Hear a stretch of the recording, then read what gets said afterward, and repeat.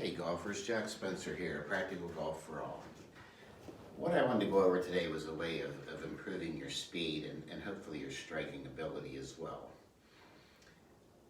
And I talked in previous videos about your shoulder turn, and you have to understand that mostly your shoulder turn is to position the club, to facilitate positioning your club into the slot, like right here. Your power, you don't get a lot of power from here to here. Your power comes from here, getting that angle of the club, keeping that angle of the club, and then snapping your hips and your arms through the ball.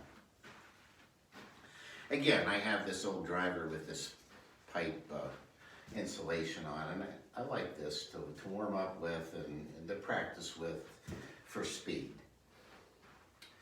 So what I'm suggesting, and a good way to practice and a good way to play, especially if you're happening to be struggling with your timing on a certain day, is forget about this. Just take the club back to a bit above your slot position and then snap your hips through it. When I was a kid, the big slugger in the major leagues was Mickey Mantle. And he hit some shots over 540, 550.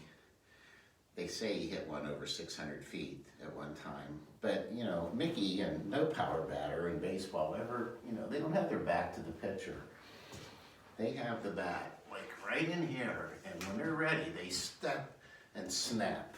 That's where they get their power. So, when it comes to whether, how big your backswing should be, how big it needs to be, I think one thing you could do well with is, especially on a practice tee, is, not necessarily trying to overturn. Just get the club right above where you would consider the slot, and then snap it. Snap it with your hips. Snap it with your core. Like that. If you practice that, there's a couple of things that are probably going to happen. Number one is you're going to have a real hard time coming over the top of that ball because you're already in the position. Most people that come over the top never hit this slot like that. They're over here, out here somewhere. So if you can get into the slot so that this elbow is kind of tight to your side to begin with, you're not going to come over the ball. The other thing is, you think, well, if I don't take it back that far, I'm not going to hit it as hard. And that may not be true, because the center of the club face is going to give you the most power.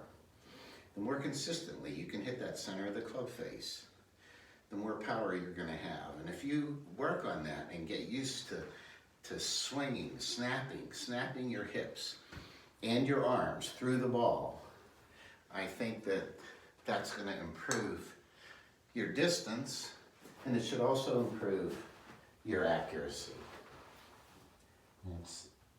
You might think it's an abbreviated swing if you're used to, really going back John Daly style. But if you can just get to the point where, it's about all the further I want to take that for this, and it's snapping. So.